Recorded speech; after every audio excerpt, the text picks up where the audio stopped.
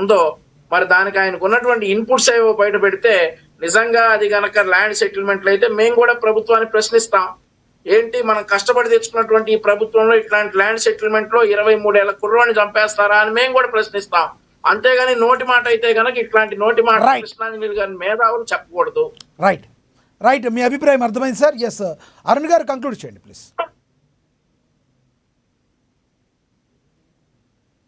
అరుణ్ గారు కంక్లూడ్ చేయండి. కాపాడాలని ప్రభుత్వం చెప్తూ ఉంది. సార్ నా వాయిస్?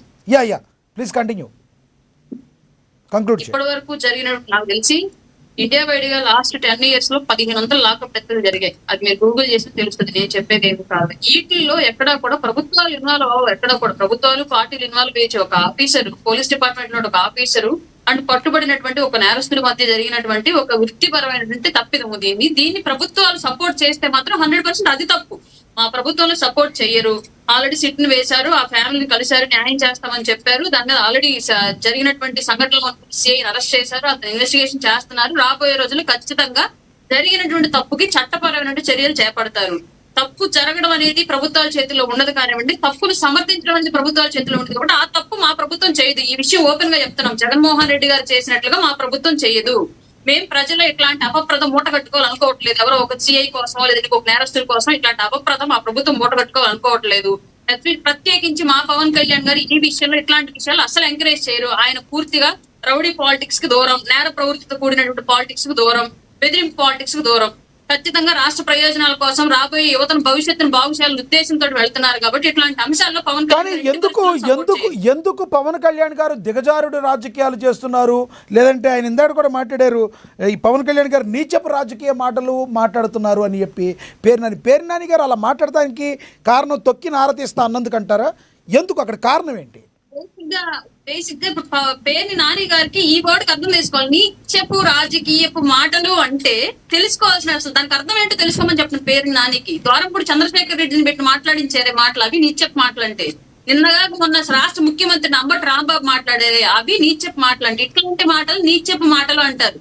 రాబోయే భవిష్యత్ తరాలకు వేదికల మీద వార్న్ చేసి కెరీర్ బాగుంచుకోండి, రౌడీజం వైపు వెళ్ళొద్దు, భవిష్యత్తు బాగుండాలి, రాజకీయ నాయకుల కోసం ఈ భవిష్యత్తును పాడు చేసుకోవద్దు అని చెప్పేటువంటి మాటలు నీచపు మాటలు అంటారు.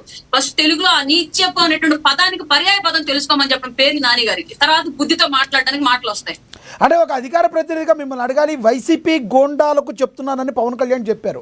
అంటే గోండాలకు మాత్రమేనా, వైసీపీ నాయకులకైనా? చాలా మంది వైసీపీ వాళ్ళు ఎక్కువగా రియాక్ట్ అవుతున్నారు. దాని గురించి మీరు క్లారిటీ ఇస్తారా? ఈ విషయం మళ్ళీ క్లియర్ గా చెప్తున్నాను నేను. ఇప్పుడే కాదు, గతంలో వైసీపీ అధికారంలో ఉన్నప్పుడు కూడా మా అధ్యక్షులు వారు క్లియర్ గా చెప్పారు, వైసీపీలో కూడా మంచి వాళ్ళు ఉన్నారు, కొందరు పేర్లను ప్రస్తావిస్తూ వేదికల సాక్షిగా మాట్లాడే అంశం చాలా సార్లు జరిగింది.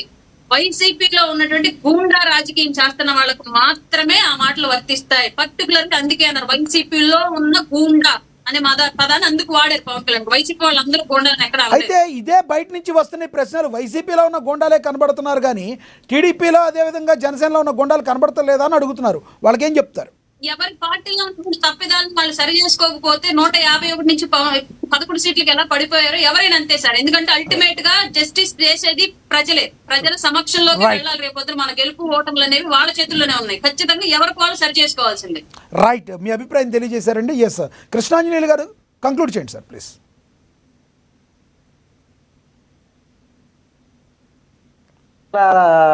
లాకప్ డెత్లు జరుగుతున్నాయని అరుణ్ గారు చెప్పారు. లాకప్ డెత్లు జరిగేటువంటి విషయం ఒకవేళ జరిగితే అది యాక్సిడెంటల్ గా జరుగుతుంది. దాని తర్వాత ఏం జరిగింది? ఈ విధమైనటువంటి లాకప్ డెత్లు జరిగిన తర్వాత కనీసంగా అతను ఆ సెల్లో ఉరేసుకున్నాడనో, లేకపోతే పోలీస్ స్టేషన్ నుంచి దూకాడనో, లేకపోతే కొట్టిన తర్వాత, లేకపోతే ఇది అతనికి అనారోగ్యం పాలైతే ఆసుపత్రికి తీసుకెళ్తే అతను చనిపోయాడు అనారోగ్యం వల్ల అని ఇలాంటి అబద్ధాలన్నా చెప్పేటువంటి వ్యవహారం అన్ని లాకప్ డెత్ల్లో ఉంది. మొన్న మదురైలో చూసాం కదా, అక్కడ హైకోర్టు, తమిళనాడు హైకోర్టు తీర్పిచ్చింది. ఇద్దరు తండ్రి కొడుకుల్ని కరోనా సమయంలో ఇలాగా కస్టోడియల్ టార్చర్ చేసి వేధింపులు గురి చేసిన కేసు సంబంధించి రేరెస్ట్ ఆఫ్ ప్రేయర్ కేసు కింద మరణశిక్ష విధించారు ఆ కేసులో. మరి ఇప్పుడు ఆంధ్రప్రదేశ్ లో జరిగినటువంటి ఈ కేసుని అన్ని కేసులతో కలిపి అరుణ్ గారు పోల్చడం అనేటువంటిది ఇది ప్రభుత్వంలో ఉన్నప్పుడు వీళ్ళు చూసే ధోరణికి నిదర్శనం అన్నమాట. వీళ్ళు ప్రతిపక్షంలో ఉంటే ఇలా చూడరు. అంటే అధికారం ఉంది కదా ఇప్పుడు, అన్ని చోట్ల జరుగుతున్నాయి కదా అనేటువంటి విషయంగా మాట్లాడు. ఇది రేరెస్ట్ ఆఫ్ రేర్ కేసు. అది భారతదేశంలో ఇప్పటి వరకు ఈ విధంగా శవాన్ని కనపడకుండా చేసి మాయం చేసి బూడిదను కూడా లేకుండా చేసినటువంటి పరిస్థితి భారతదేశంలో ఎక్కడా జరగదు. మరి ప్రభుత్వం అదేం సహకరిస్తుంది అని అన్నారు. ఇప్పుడు ఇందాక వంశీ గారు చెప్తూ కూడా ఆయన MLC, YSR Congress party MLC, ఆయన చంపితే 48 గంటలు కేసు పెట్టాను. 48 గంటలు కేసు పెట్టలేదని నేను కూడా చెప్పాను. అయితే మీరు నెల రోజులు కేసు పెట్టలేదు. మీరు 48 గంటల గురించి కాదు, నెల రోజులు కేసు పెట్టలేదు. నెల రోజులు ఈ కేసుకు సంబంధించినటువంటి దాంట్లో రెస్పాండ్ అవ్వలేదు. ఎప్పుడు రెస్పాండ్ అయ్యారు మీరు? మొత్తం రప్చర్ అయిన తర్వాత జగన్మోహన్ రెడ్డి వస్తే అంటే జగన్మోహన్ రెడ్డి గురించి వ్యవహారం కాదు ఇక్కడ. మీకు ఎప్పుడైతే రాజకీయంగా నష్టం జరుగుతుందనేటువంటి అంశం వచ్చిందో అప్పుడు మాత్రమే మీరు రెస్పాండ్ అయ్యారు. రెస్పాండ్ అయిన తర్వాత ఇప్పుడు జరిగేటువంటి మొత్తం వ్యవహారం కూడా ఈ సిట్టు దర్యాప్తు, ఇందాక దర్యాప్తు చేసినటువంటి తీరు, వ్యవహారం ఇదంతా కూడా ఇప్పటికీ కూడా కూటమి ప్రభుత్వము నిందితుడు ఎవరైతే నాగరాజు ఉన్నాడో ఈ విధంగా భారతదేశంలో ఎక్కడా లేనటువంటి విధంగా కస్టోడియల్ ఎత్తుకు పాల్పడి ఈ రోజున శవాన్ని మాయం చేసినటువంటి నాగరాజును కాపాడటానికి మొత్తం ప్రభుత్వం పనిచేస్తుంది.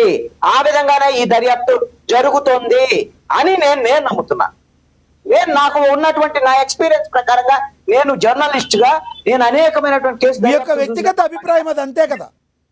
అవునండి, నా అభిప్రాయం నేను చెబుతున్నా. మీ అభిప్రాయం కింద నేను చెప్పటల్లా. అంటే ఇందాక ప్రజలు అన్నారని వంశీ గారు అంటున్నారు కదా, అలా ఏం కాదు కదా. అందుకనే ప్రజలు నాకు మాట్లాడినటువంటి ప్రజలు అన్నారు కాబట్టి ఆయనకు ప్రజలు అన్నారనేది నచ్చలేదు. ఆయనకు ప్రజలతో పని లేదు. వాళ్ళ తెలుగుదేశం వాళ్ళు, జనసేన వాళ్ళు ఎవరు అనకపోతే వాళ్ళకి ఇంతకుముందు వైఎస్ఆర్ కాంగ్రెస్ పార్టీ కూడా అధికారంలో ఉన్నప్పుడు ఇలాగనే అనుకున్నది. మా వాళ్ళు ఏమనుకోవట్లేదు, వేరే వాడు ఎవడేమనుకున్నా మాకు ఇబ్బంది లేదని వాళ్ళు అనుకున్నారు. అనుకునే వాళ్ళు ఈ విధంగా తయారయ్యారు. మీరు కూడా అలానే తయారయ్యారు. అందుకనే నేను భావించినటువంటి అంశాన్ని, నాకు ప్రజల నుంచి వచ్చినటువంటి అంశాన్ని చెప్తున్నా రోజున. ఇంకొకటి ఒక స్పష్టంగా చెప్తున్నాను, ఆంధ్రప్రదేశ్ లో ఒకవేళ కూటమిని సపోర్ట్ చేసినా, లేకపోతే బాగుంది ప్రభుత్వం ఉన్నా, లేకపోతే వైఎస్ఆర్ కాంగ్రెస్ పార్టీ ప్రభుత్వం బాగాలేదన్నా, లేకపోతే వైఎస్ఆర్ కాంగ్రెస్ పార్టీ ప్రధాన విషయంలో బాగుందన్నా బాగాలేదన్నా, ఇప్పుడు ఉంటావా? ఆ పార్టీ వైపు ఉంటావా? ఈ పార్టీ వైపు ఉంటావా? లేక అధికారమా ప్రతిపక్షమా? ఏం రాష్ట్రంలో జనం అందరూ అధికారమను ప్రతిపక్ష పార్టీల్లోనే ఉండాలా? మీ జెండాలు మొయ్యాలా? మీకు సపోర్ట్ చేయాలా? మేము ప్రజాస్వామిక వాదులుగా ఆంధ్రప్రదేశ్ లో నాకున్నటువంటి అవగాహన మేరకు ఏ ప్రభుత్వం ఉన్నా సరే తప్పును తప్పుగా మాట్లాడటం అనేటువంటిది నాకున్నటువంటి లక్ష్యం. నా లక్షణం ఇది. మీకు అంగీకరించకపోయినా అది మీ ఇష్టం. నేను చాలా స్పష్టంగా చెప్తున్నాను. వైఎస్ఆర్ కాంగ్రెస్ పార్టీ 5 ఏళ్లలో చేసినటువంటి ఏవైతే తప్పులు ఉన్నాయో 2 ఏళ్లలో ఈ విధమైనటువంటి నేను చెప్పాను. ఇవి ఈ రోజున ఊబిలో కూరుకుపోయేటువంటి సిఐ నాగరాజును పట్టుకొని కూటమి ప్రభుత్వం ఊబిలో కూరుకుపోతుంది. చాలా స్పష్టంగా చెప్తున్నాను. ఇప్పటికైనా మేల్కొని మీరు ఇండిపెండెంట్ ఏజెన్సీతో విచారణ జరిపించండి. హైకోర్టు సిట్టింగ్ జడ్జితో విచారణ జరిపించండి. లేదు అనంటే ఈ ప్రభుత్వంలో ఖచ్చితంగా వీళ్ళని కాపాడటానికి పెద్ద అంశమే ఉంది అని నేను చెప్తున్నాను. ఖచ్చితంగా ఇంకోటి కూడా చెప్తున్నాను. ఈ సిట్టోళ్ళు వచ్చి ఏం తెలిచారయ్యా అడిగితే, ఇప్పుడు జడా శ్రవణ్ కుమార్ ఒక ప్రెస్ కాన్ఫరెన్స్ పెట్టి ఏ లాడ్జిలో, ఏ రూమ్ నెంబర్ లో ఏ విధంగా వేధింపులకు గురి చేశారు, ఎన్ని రోజులు ఉంచారు, ఏ ప్లాట్ఫామ్ మీద ఆయన పడేశారు, ఏ విధంగా అనాశవలాగా చేశారని ఒక ప్రెస్ మీట్ పెట్టి చెప్పాడు. అది కూడా సిట్టు దగ్గర లేదు. పోనీ సిట్టు దగ్గర మీరు దాన్ని నమ్మలేదు. పోలీసులకు సంబంధించినటువంటి జడా శ్రవణ్ కుమార్ దగ్గర వెళ్ళి వివరాలను కనుక్కోండి. లేదు, జడా శ్రవణ్ కుమార్ ఈ ప్రభుత్వాన్ని వ్యతిరేకంగా మాట్లాడుతున్నాడు, అతని మీద మీ మీద అబద్ధాలు వేస్తున్నాడు, అతని మీద కేసు పెట్టండి. పోనీ కేసు పెట్టి అరెస్ట్ చేస్తే అతనేంటి ఏమున్నాయని చెప్తాడు అతను కూడా. మీరు మీ దగ్గర వ్యతిరేకంగా మాట్లాడిన వాళ్ళందరి మీద కూడా కేసు పెడతారా సార్? అలా గత ప్రభుత్వం పెట్టింది, అలా అందరూ పెట్టాలని లేదు. ప్రభుత్వం ఏం చేస్తుంది? గడ్డి బీగుతా? పోలీసులు ఏమైనా గడ్డి బీగుతారా?